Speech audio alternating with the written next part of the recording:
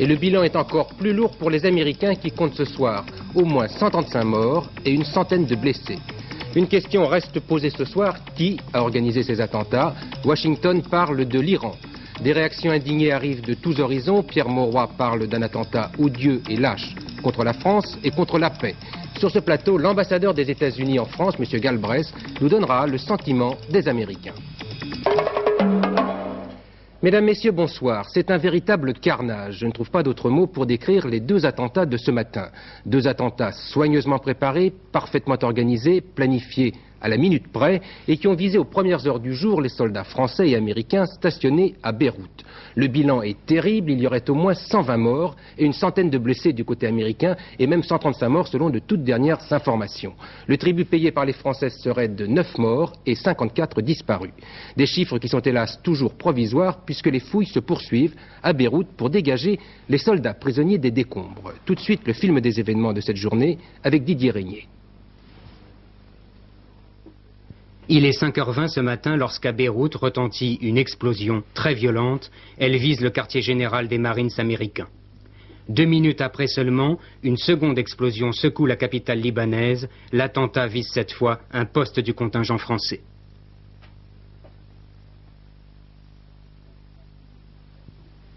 Voilà ce qui reste du bâtiment des Marines américains, situé en bordure des pistes de l'aéroport international de Beyrouth.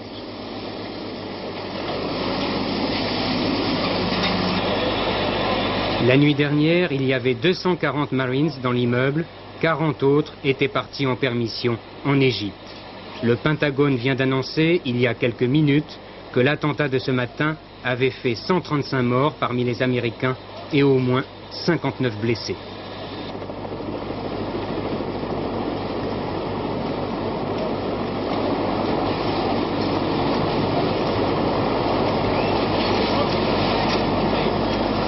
Pour le porte-parole des Marines du contingent américain, M. Jordan, les opérations de secours resteront très difficiles à mener. Chacun de son côté essaye de sortir les hommes des décombres aussi vite que possible. C'est une tâche difficile car le bâtiment a été construit avec des pièces de béton dont certains morceaux atteignaient 60 cm d'épaisseur. Headquarters, a similar type truck bomb. We figured it had to have at least 2,000 pounds of TNT.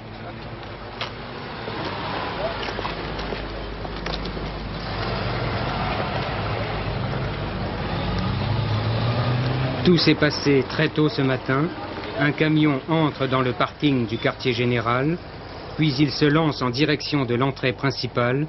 Les sentinelles ne peuvent l'arrêter. Au moment où il atteint l'entrée, il explose. La déflagration est indescriptible. Un officier américain estime que le camion contenait 1 tonne d'explosifs.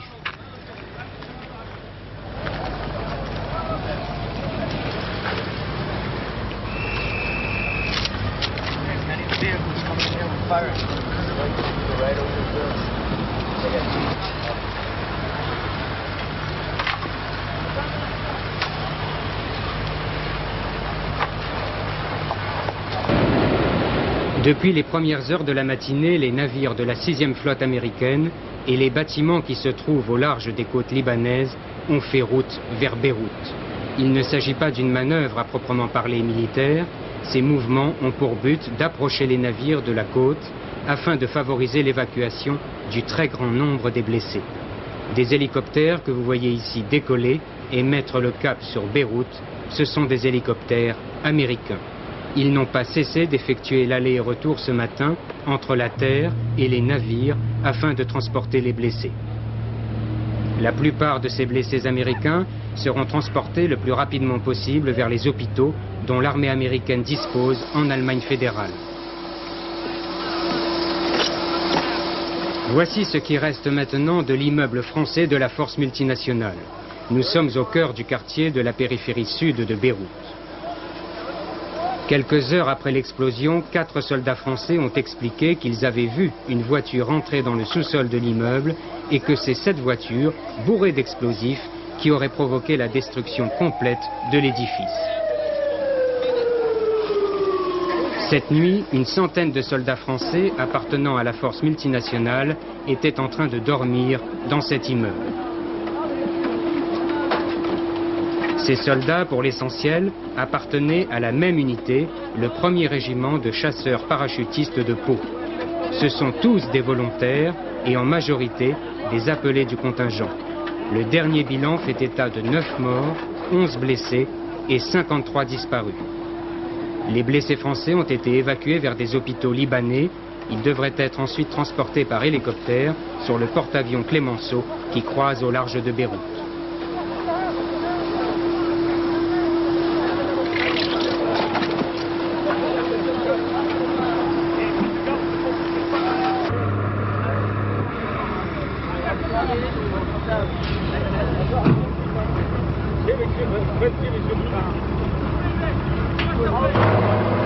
Regardez bien ces images. Il s'agit d'une prise de vue effectuée à une distance assez importante des lieux de la catastrophe. Au fond, vous voyez des immeubles en parfait état. Au premier plan, un amoncellement de pierres. Autour, quelques silhouettes. Cet amoncellement, c'est ce qu'il reste de l'édifice où étaient installés les Français. Les silhouettes sont celles des sauveteurs. C'est tout ce qu'il reste d'un immeuble de 9 étages.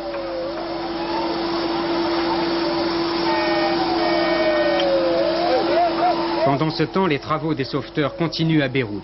Dans les ruines de l'immeuble occupé par les Français, comme dans les décombres du quartier général américain, les secours vont se poursuivre toute la nuit jusqu'à ce que les corps des victimes et les éventuels survivants aient été dégagés jusqu'au dernier.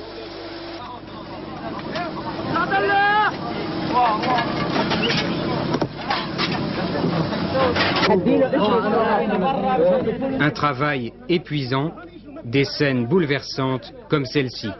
Nous sommes revenus parmi les soldats français. Cet attroupement s'est formé autour d'une cavité à l'intérieur de laquelle on a découvert un blessé. Il faut le faire sortir par cette petite infractuosité. Il est impossible de déplacer les poutrelles de béton qui se trouvent au-dessus de lui. Cela risquerait de provoquer un effondrement.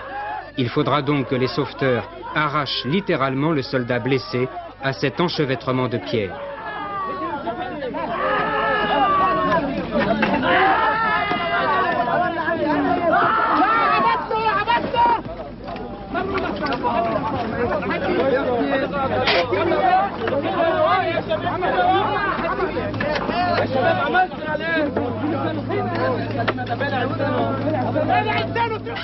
Voilà donc pour le récit des événements de ce matin avec ces images parfois très cruelles.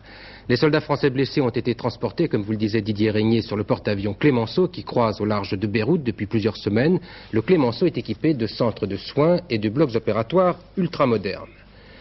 Je vous le disais en commençant ce journal, l'émotion est extrêmement vive ce soir en France, bien sûr, et dans le monde entier. Depuis ce matin, le président de la République est enfermé à l'Élysée avec ses collaborateurs les plus proches. Et il se tient informé, minute par minute, des nouvelles en provenance de Beyrouth. Le Premier ministre, M. Mauroy, a quant à lui tenu une conférence de presse il y a un peu plus d'une heure.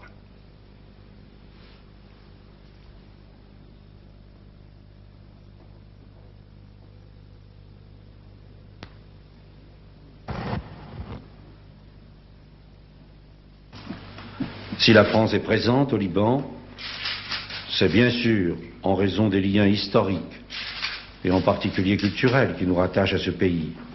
C'est aussi afin de préserver ou de restaurer la souveraineté, l'intégrité et l'unité d'un pays ami.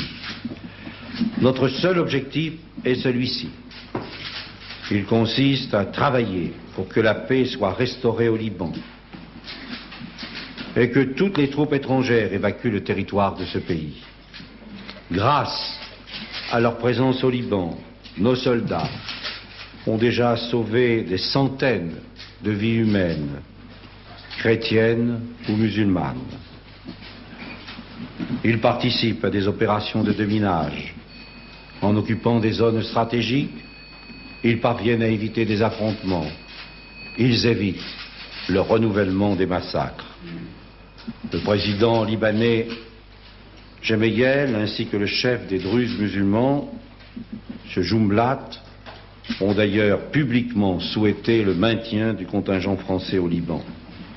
Ils le jugent nécessaire pour donner confiance à la population comme aux réfugiés. À l'inverse, ceux qui refusent toute paix au Liban s'acharnent. Voilà pourquoi, dans l'ombre, des mains criminelles agissent. Voilà, nous avons appris il y a quelques minutes que les deux attentats ont été revendiqués par un mouvement de la révolution islamique libre, un mouvement qui n'avait jamais fait parler de lui jusqu'alors. C'est un mouvement qui souhaite le retour de Beyrouth sous la domination des révolutionnaires musulmans et de la jeunesse démocratique combattante. C'était donc une citation du mouvement de la révolution islamique libre qui revendique ces deux attentats de Beyrouth. Ce n'est pas la première fois que la force multinationale est la cible des terroristes au Liban. Depuis son arrivée à Beyrouth en septembre 82, elle a déjà été attaquée à plusieurs reprises. Et avant la tragédie de ce matin, 18 soldats français ont été tués, 8 Marines américains et un soldat italien sont également morts à Beyrouth. Mais ce qui frappe aujourd'hui, c'est la dimension même de l'attentat. Une opération qui, par ailleurs, touche du côté français un régiment d'appelés volontaires du contingent, le premier régiment de chasseurs parachutistes. Patrick Lecoq. Un défilé marquait leur départ le 24 septembre dernier à Toulouse. Combien de leurs camarades sont morts ce matin à Beyrouth? La mission de ces soldats pourtant était exaltante, assurer la paix au Liban, protéger les civils afin que ne se reproduisent plus des massacres comme ceux de Sabra et de Shatila. Il y a un an, 1650 hommes sont donc partis de France pour Beyrouth. Bientôt, ils allaient se retrouver à 2000, engagés ou appelés du contingent, volontaires pour un service long. Bien accueillis par la population, les soldats français pouvaient tout de suite se consacrer à leur première tâche, déblayer les ruines, enlever des rues et des immeubles les milliers de mines qui s'y trouvaient. Une tâche difficile qui allait déjà faire plusieurs victimes. Mais bien vite, les militaires français allaient se retrouver directement plongés dans la guerre. Attentats individuels d'abord, attaques concertées contre les positions de la force multinationale ensuite. Car tous les contingents de cette force multinationale seront bientôt visés. Les Français, mais aussi les Américains, installés dans le sud de la ville avec 1600 marines, des soldats qui, comme les Français, bénéficient du support d'une puissante flotte comprenant 2 porte-avions et un cuirassé. Les Italiens, entre Français et Américains dans Beyrouth, 1400 bersaglières et parachutistes. Et puis une petite centaine de Britanniques. Au total, plus de 5000 hommes cruellement frappés aujourd'hui et qui ce soir doivent douter de la réalité de leur mission de paix au Liban. En France, les réactions ont été nombreuses en dépit du week-end et elles sont unanimes pour condamner l'attentat de ce matin. Guy Hermier, pour le Parti communiste, a exprimé sa profonde émotion tout en rappelant que ce drame ravivait l'inquiétude et la crainte de voir la France engagée dans l'engrenage d'un conflit qui la dépasse. Ce sont les mots de M. Hermier. Je vous propose d'écouter maintenant les réactions de M. Jean de Lipkowski pour le RPR et Jean Le Canuet pour l'UDF. Il faut que la communauté internationale libre se sente également concernée. Donc, ce drame doit nous interpeller pour nous faire prendre conscience de l'effort diplomatique intense qu'il faut faire pour que l'ensemble de la communauté des hommes libres et des nations libres fasse l'action diplomatique nécessaire pour restaurer la paix dans cette région du monde. Et la deuxième chose que je voudrais dire, je suis heureux que M. Charles Hernu soit parti là-bas pour enquêter probablement sur les responsabilités de ce drame. Qui sont derrière ceux qui ont commis cet acte abominable? Qui ont armé ces bras? Si l'on arrive à savoir qui a commis cet acte abominable contre des soldats français et américains porteurs de paix et de liberté, eh bien je dis que ceux-là doivent être punis et que je compte sur le gouvernement de la République pour faire savoir qu'on ne touchera pas impunément à des soldats français. Je vois dans cette affaire, comme dans celle du Tchad, une manœuvre qui se développe de la part de l'Union soviétique. Je ne vais pas jusqu'à prétendre, bien entendu, que les mobiles qui déclenchent ici l'action des chiites ou ailleurs l'action du chef d'État de la Libye n'obéissent pas à des motifs propres. Mais enfin, comme cela sert l'offensive soviétique. Voilà la France ensablée avec 5000 hommes dans le Tchad, voici la France prise au piège du Liban. La main de l'Union soviétique apparaît dans toute cette affaire au moment où elle lance une offensive dite, quelle dure ironie, de pacifisme. Du côté américain, l'émotion est là encore immense. Le président Reagan a été réveillé à 2 heures du matin la nuit passée pour apprendre la nouvelle. Il regagnait précipitamment Washington quelques heures plus tard pour présider une réunion d'urgence du Conseil national de sécurité.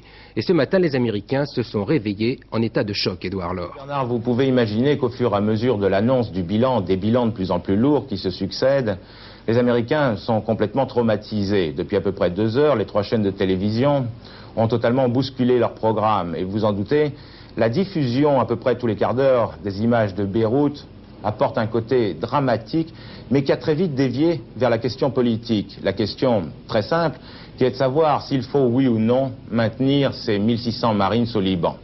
Alors la première indication qu'on a pu obtenir, c'était ce matin très tôt, lorsque Ronald Reagan est rentré précipitamment à Washington. Visiblement très affecté, et avec cette première déclaration que je vous propose d'écouter. Je pense que nous devons tous reconnaître que ces actions montrent la nature bestiale de ceux qui essayent de prendre le pouvoir, s'ils arrivaient à ce qu'ils voulaient, et à nous jeter hors du Liban. On doit être plus déterminés que jamais à ce qu'ils n'arrivent pas à occuper cet endroit stratégique du monde.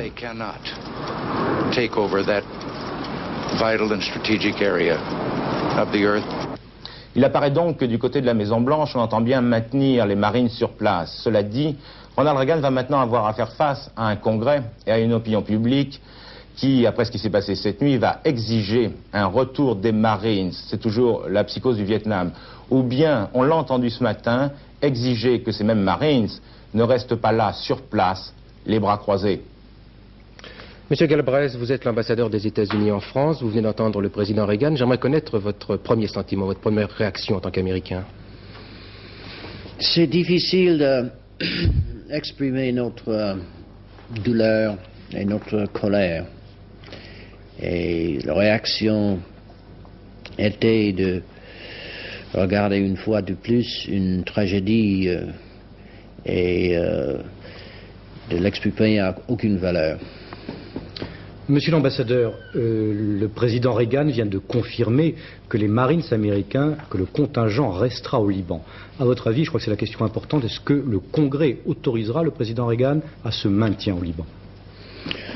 Oui, je crois que l'autorisation qui était déjà en place va continuer. C'est-à-dire 18 mois, 18 mois supplémentaires. 18 mois. J'ai parlé avec le secrétaire d'État aujourd'hui, avec M. McFarlane aujourd'hui, et c'est clair que nous sommes plus déterminés que jamais de rester dans cette région et d'essayer de trouver une solution de réconciliation. Mais y aura-t-il, à votre avis, un engagement supplémentaire des soldats américains à Beyrouth, au Liban? Sur le plan légal, ce n'est pas nécessaire d'avoir un engagement de plus, mais c'est notre politique, comme le président Reagan vient d'exprimer. Nous sommes déterminés de rester au Liban. À votre avis, dernière question, avez-vous une idée sur les auteurs de l'attentat? Non, c'est difficile de ramasser les témoins, les témoignages, mais il n'y a que 2 groupes qui sont probablement capables de le faire.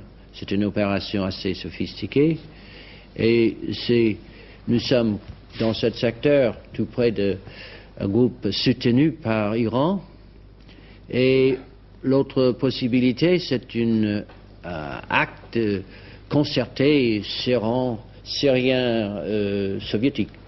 Justement, monsieur l'ambassadeur, que pensez-vous des déclarations de M. Weinberger qui accuse à mots couverts l'Iran? Justement, il a référence du fait que depuis le cessez-le-feu, nous avons eu les échanges de feu par les tireurs d'élite avec le groupe soutenu par l'Iran. Donc ça, c'est le secteur. Merci, monsieur Galbraith. Côté soviétique, l'agence TASS n'a fait pour l'instant aucun commentaire. Elle s'est bornée à citer les 2 explosions qui ont visé les Marines américains et les soldats français. L'agence officielle n'emploie d'ailleurs pas le terme d'attentat pour qualifier ces événements. Nombreuses réactions aussi dans le reste du monde avec les mêmes mots qui reviennent constamment: consternation, tragédie et horreur. À Athènes, par exemple, les ministres des Affaires étrangères du marché commun ont exprimé leur profonde émotion et leur inquiétude. Le Foreign Office, de son côté, parle de gigantesques tragédies, tandis que le cabinet égyptien condamne ces attentats monstrueux. Enfin, le pape a exprimé tout à l'heure son horreur et sa profonde peine pour ce qu'il appelle un nouvel acte de guerre. Jean-Paul II s'adressait à 80 000 pèlerins rassemblés place Saint-Pierre. Seule fausse note la réaction libyenne qui parle d'une opération audacieuse des forces patriotiques et progressistes libanaises. Alors avec vous, Paul Naon, peut-être on peut essayer de comprendre un peu mieux pourquoi on a attaqué les forces françaises et américaines au Liban. Oui, alors pour mieux comprendre les conséquences de cet attentat, il faut, je crois, revenir sur la façon dont il a été effectué. Tout d'abord, il a été simultané contre les Français et contre les Américains. Les explosifs employés, de la dynamite spéciale que seules les armées régulières possèdent. Ce qui est important aussi, c'est la charge. Plus d'1 tonne de gélinite au total, avec une explosion commandée en partie à distance. La méthode, c'est celle des kamikazes. Les 2 camions bourrés d'explosifs ont foncé sur leur objectif, donc un attentat pratiquement impossible à empêcher. Enfin, le souffle de l'explosion a été ressenti jusqu'à 8 km à la ronde. Il est donc évident que par sa précision, sa préparation, sa préméditation aussi, ce double attentat ne peut pas être l'œuvre de milices ou de groupes isolés, et c'est le fait d'une grande puissance parfaitement entraînée à ce genre d'action. Alors voilà pour la méthode, mais à qui profite le crime? Alors les auteurs, tous ceux qui ont intérêt à ce que la force multinationale quitte le Liban, c'est-à-dire tous ceux qui ont intérêt à entretenir bien sûr le chaos et le désordre. D'ailleurs, il faut remarquer que cet attentat survient à 1 semaine de la rencontre qui devait avoir lieu à Genève, que devaient rencontrer les Libanais pour tenter de se réconcilier. À qui donc profite le crime? S'il est difficile ce soir, bien sûr, d'accuser formellement tel ou tel pays ou grande puissance, il apparaît clairement que depuis le début de cette affaire, les Syriens et leurs alliés soviétiques n'avaient pas intérêt à avoir à côté d'eux un Liban souverain. On pense aussi à une opération téléguidée par l'Iran avec l'aide de la communauté très nombreuse chiite libanaise. En effet, le montage de cette opération rappelle celui effectué en avril dernier contre l'ambassadeur et l'ambassade américaine à Beyrouth. Les gouvernements américains et français vont sans doute dans un premier temps maintenir leur contingent au Liban. Paris et Washington ont déjà affirmé qu'ils ne céderont pas aux pressions. Mais ce soir, le piège de l'horreur, de l'irrationnel s'est refermé sur les soldats français et américains, des soldats venus à Beyrouth il y a tout juste 1 an, avec une mission très simple, la paix. Voilà, j'apprends à l'instant que des troupes de l'armée américaine stationnées à Camp-le-Jeune, en Caroline du Nord, aux États-Unis, ont reçu l'ordre tout à l'heure de quitter le campement pour le Liban. Ils vont donc renforcer les troupes américaines qui ont été décimées donc dans l'attentat de tout à l'heure. Nous reviendrons bien sûr sur ces attentats à la fin de ce journal si nous avons de nouvelles informations à ce sujet avec de nouveaux bilans peut-être. Mais auparavant, voyons rapidement le reste de l'actualité avec d'abord la suite des manifestations pacifistes. Elles se déroulaient à Bruxelles aujourd'hui. C'était un peu la fin du mouvement, les pacifistes belges exprimant ainsi leur opposition au déploiement prévu de 48 missiles de croisière américains sur leur sol. Une manifestation réussie puisqu'elle a réuni plusieurs centaines de milliers de participants. La décision de déployer ces missiles en Belgique devrait être prise par le gouvernement avant la fin de cette année.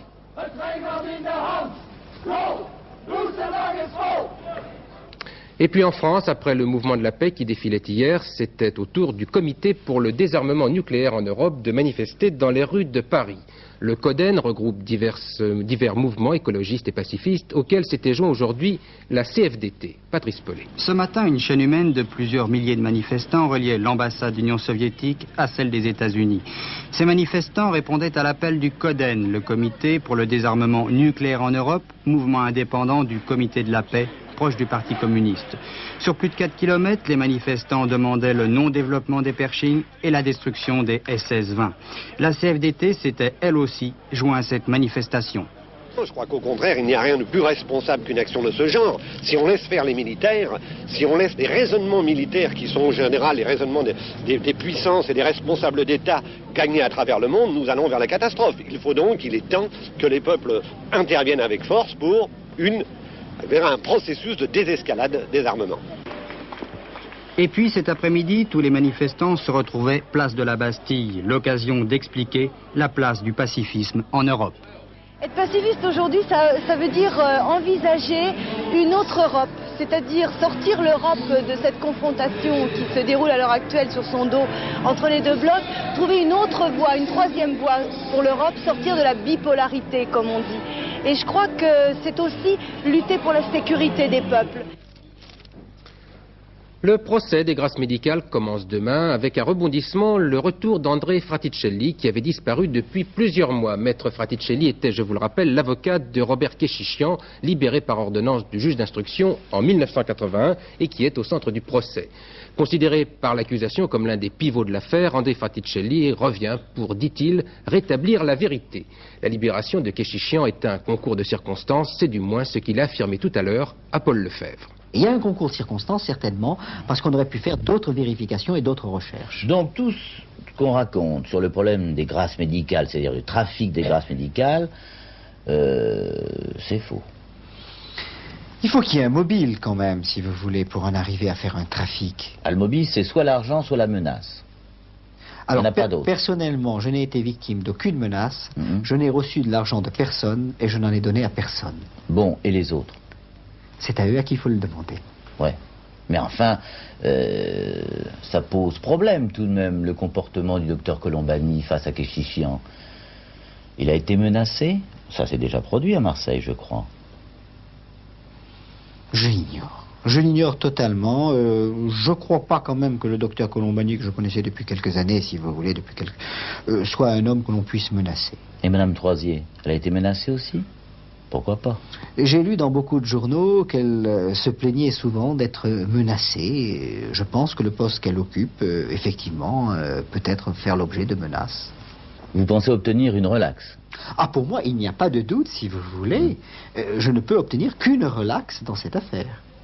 Tout de même, c'est un homme Keshichian, qui n'est pas très reconnaissant. Il aurait tout de même, où qu'il soit, et quel que soit son état, vous faire un petit signe de vie.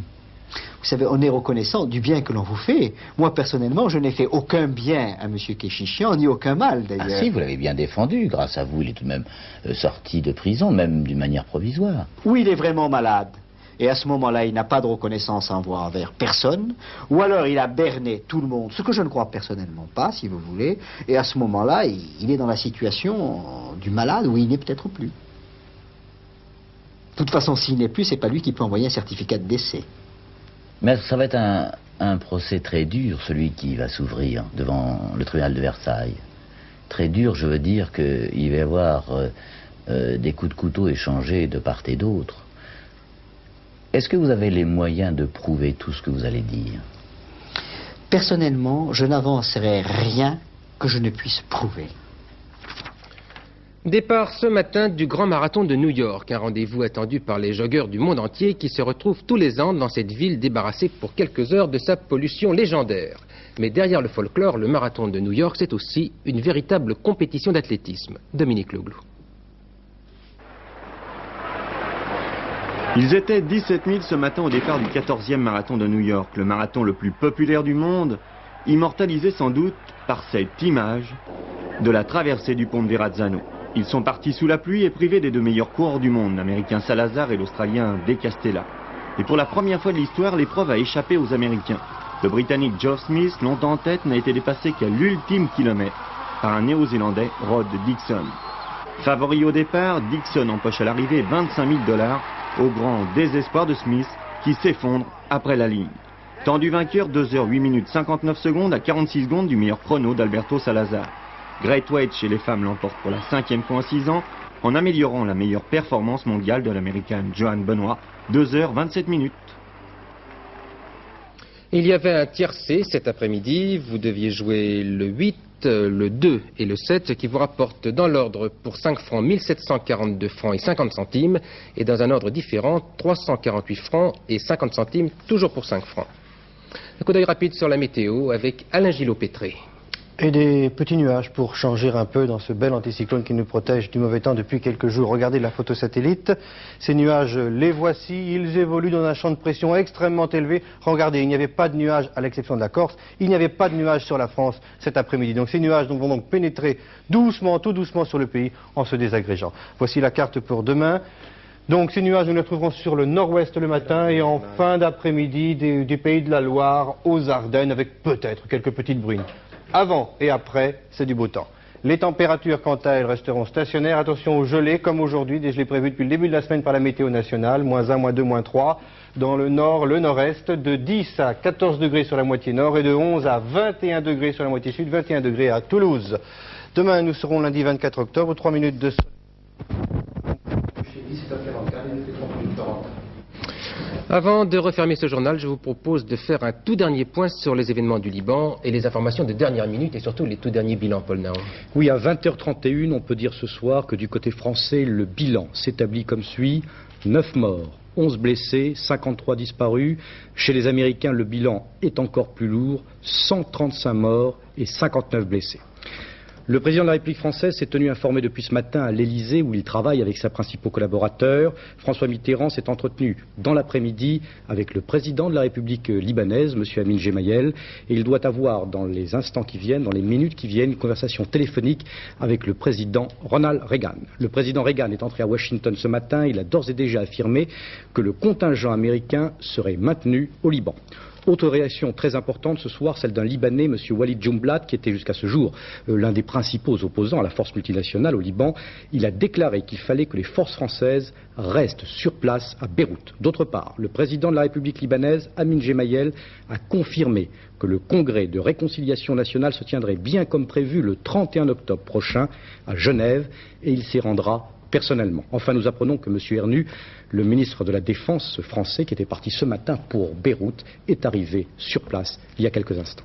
Oui, il y a un tout dernier bilan qui tombe il y a vraiment quelques secondes. Donc, du côté français, il y aurait en fait 11 Français tués, 11 blessés et 52 disparus. C'est une dépêche qui vient tout juste d'arriver. Fin de ce journal. Prochain rendez-vous avec l'actualité aux environs de 23h, 23h05 avec Hervé Claude qui reviendra sur ces événements du Liban. Demain à 12h45, Noël Mamère pour Antenne de Midi. Et à 20h, vous aurez le plaisir de retrouver Christine O'Krent. Bonsoir.